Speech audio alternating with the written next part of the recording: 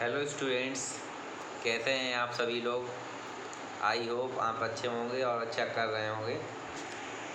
आज मैं आपके लिए स्टैटिस्टिकल मैकेनिक्स का जो काफ़ी इम्पॉर्टेंट रिलेशन है, आपका बोल्ट्जमैन एंट्रोपी रिलेशन, वो मैं आपको पढ़ाऊँगा। ठीक है। और ये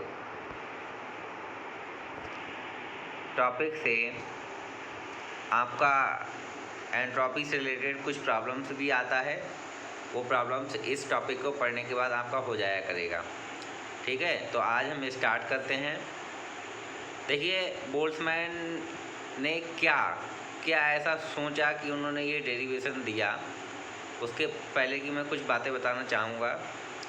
देखिए, एंट्रोपी जो प्रोबेबिलिटी जो है वो आपका इक्विलिब्रियम कंडीशन में मैक्सिमम होता है। प्रोबेबिलिटी इक्विलिब्रियम में कंडीशन में मैक्सिमम होता है। वैसे ही थर्मोडायनामिकली जो आपका एंट्रोपी है, एंट्रोपी भी इक्विलिब्रियम कंडीशन में मैक्सिमम होता है। कि दोनों क्वांटिटी हैं जो हमारी प्रोबेबिलिटी और एंट्रोपी दोनों इक्विलिब्रियम में मैक्सिमम होती हैं। इस चीज़ का उन्होंने क्या फ़ायदा, मतलब उन्होंने इस कॉन्सेप्ट को उठाया और इस पर एक डेरिवेशन दिया। ठीक है, बोल्ट्जमैन ने। देखिए, हमारे पास मान लेते हैं दो सिस्टम है, तो दोनों सिस्टम का एंट्रोपी अलग अलग हमने मान लिया। S1 है एक का कितना है आपका S1 एंट्रोपी है पहले सिस्टम का, और दूसरे सिस्टम का एंट्रोपी S2 है। ठीक है, तो एंट्रोपी हम जानते हैं, एंट्रोपी होती है वो क्या होती है, एडिटिव प्रॉपर्टी, और प्रोबेबिलिटी जो होती है वो मल्टीप्लिकेटिव प्रॉपर्टी को शो करती है, फॉलो करती है। ठीक है, तो दो सिस्टम है जिनका एंट्रोपी क्या है हमारे पास, S1 और S2 है। क्या है आपके पास, S1 और S2 है। ठीक है, अब एंट्रोपी और थर्मोडायनामिक्स प्रोबेबिलिटी है, क्योंकि अब प्रोबेबिलिटी भी मैक्सिमम है इक्विलिब्रियम कंडीशन में, और वो भी इक्विलिब्रियम कंडीशन में मैक्सिमम है। अगर कोई थर्मोडायनामिक सिस्टम अगर इक्विलिब्रियम में नहीं है तो हम क्या कर, तो उसमें चेंजेस होता रहता है जब तक वो इक्विलिब्रियम में नहीं पहुंच जाए। जब इक्विलिब्रियम में वो पहुंच जाता है तब उसमें चेंजेस होना बंद होते हैं। तो देखिए, एंट्रोपी और प्रोबेबिलिटी जब मैक्सिमम है तब हम क्या कंसीडर करेंगे कि जो हमारा S1 क्वांटिटी जो S है, S जो एंट्रोपी है वो किसका फंक्शन है, प्रोबेबिलिटी का फंक्शन है। प्रोबेबिलिटी ओमेगा से मान ले रहे हैं तो प्रोबेबिलिटी का फंक्शन है। तो वैसे ही हमारा क्या हो जाएगा, अगर दो सिस्टम है, दो सिस्टम में एंट्रोपी S1 S2 है और प्रोबेबिलिटी क्या है आपका ओमेगा 1 और ओमेगा 2 है। ठीक है, इसे ओम भी कहते हैं, ओमेगा 1 ओमेगा 2 है। तो जो S1 होगा हमारा S1 क्या होगा, S1 और F क्या होंगे, फंक्शन, यानी कि एंट्रोपी है वो फंक्शन होगा, किसका होगा, आपका प्रोबेबिलिटी तक का। और S1 की बात कर रहे हैं तो यहाँ ओमेगा 1 हो जाएगा। अब बात करते हैं हम S2 की, तो S2 जो हमारी एंट्रोपी है S2, तो S2 जो होगी वो किसका फंक्शन होगी, आपका ओमेगा 2 का। ये क्यों फंक्शन है, क्योंकि दोनों में रिलेशन है आपस में, थर्मोडायनामिक इक्विलिब्रियम कंडीशन दोनों मैक्सिमम होते हैं। अब देखते हैं, अगर अलग अलग सिस्टम, दो सिस्टम का एंट्रोपी अलग अलग S1 और S2 है, तब जो जॉइंट प्रोबेबिलिटी होगा दोनों सिस्टम का, जो कंबाइंड एंट्रोपी होगा वो क्या होगा, S = टोटल S1 + S2। अब हमने S1 + S2 क्यों किया, क्योंकि एंट्रोपी है वो एडिटिव प्रॉपर्टी को शो करती है, इसलिए S1 + S2 हो गया।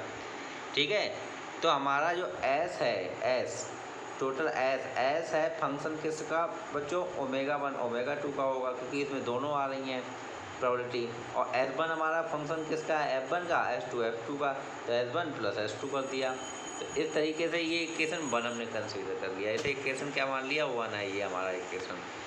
दूसरा क्या मान लेते हैं, अब करते हैं जो हमारे पास इक्वेशन आई है, इक्वेशन 1, तो इक्वेशन 1 का हम डिफ्रेंशिएशन करेंगे।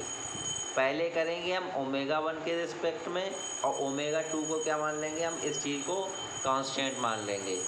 बाद में हम करेंगे ओमेगा 2 के रिस्पेक्ट में, और ओमेगा 1 को क्या मान लेंगे, कांस्टेंट मान लेंगे। चलिए ठीक है, हम करते हैं।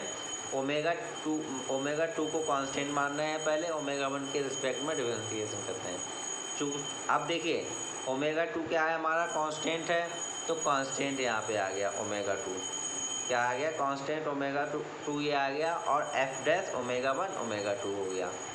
ठीक है, अब इस वाले का क्या हो जाएगा, एफ वन का डैश लगा देंगे, F dash omega one. F dash का मतलब क्या है, डिफरेंशिएशन किया है। ओमेगा टू कांस्टेंट है, तो ओमेगा टू का डिफरेंशिएशन हमारा क्या हो गया, जीरो हो गया। ठीक है, तो हमारा इक्वेशन ये मान लेते हैं, इक्वेशन 2 है, सेकेंड इक्वेशन है। अब की बार क्या किया है, इसी इक्वेशन को जो ए इक्वेशन हमने माना है, वन इक्वेशन, इसका ओमेगा वन टू के रिस्पेक्ट में डिफरेंशिएशन करते हैं, और ओमेगा वन को क्या मान लेते हैं, हम कांस्टेंट मान लेते हैं।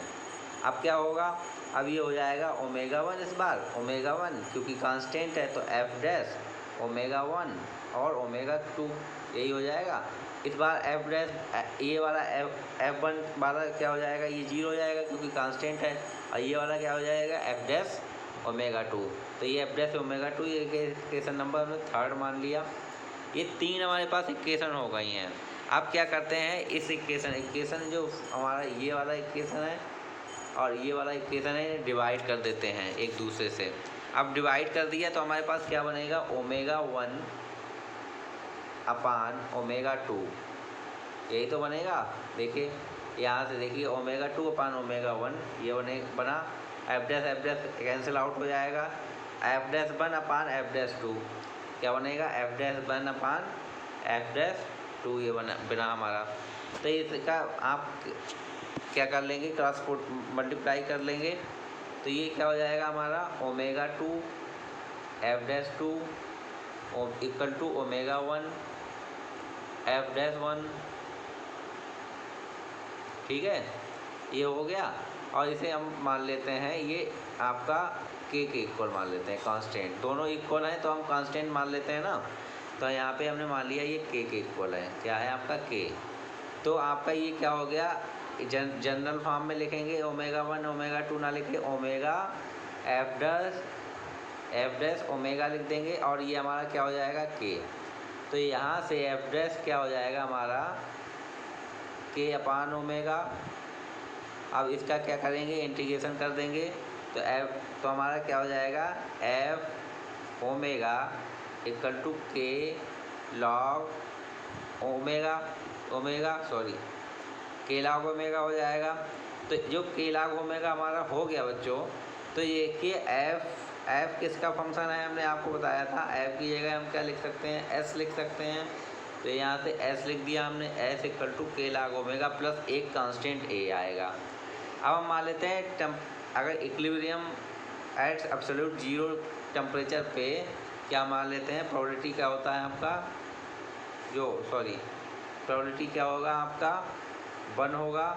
तो यहाँ पे के लॉग ओमेगा की जगह क्या बन जाएगा, यहाँ पे 1 बन जाएगा।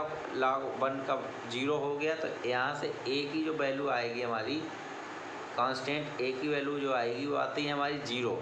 जब ये 0 आएगी तो हमारा क्या बन जाएगा, एस इक्वल टू के लॉग ओमेगा।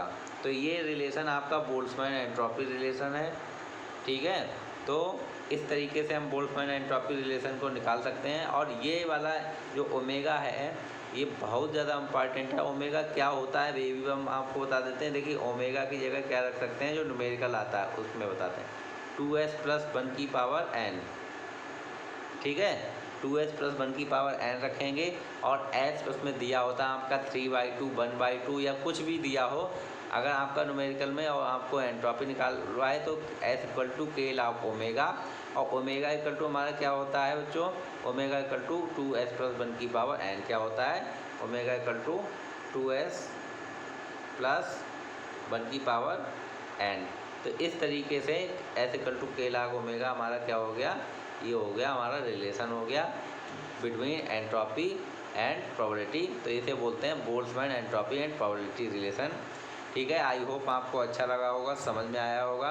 अब हम जब क्वांटम मैकेनिक्स स्टैटिस्टिकल मैकेनिक्स को जब फिनिश कर देंगे पूरा टॉपिक वाइज, उसके बाद हम आपको न्यूमेरिकल स्टार्ट कराएंगे इसके। आप देखना कि आपको सारे न्यूमेरिकल हो रहे होंगे। तो ठीक है बच्चों, आज के लिए उतना ही, धन्यवाद।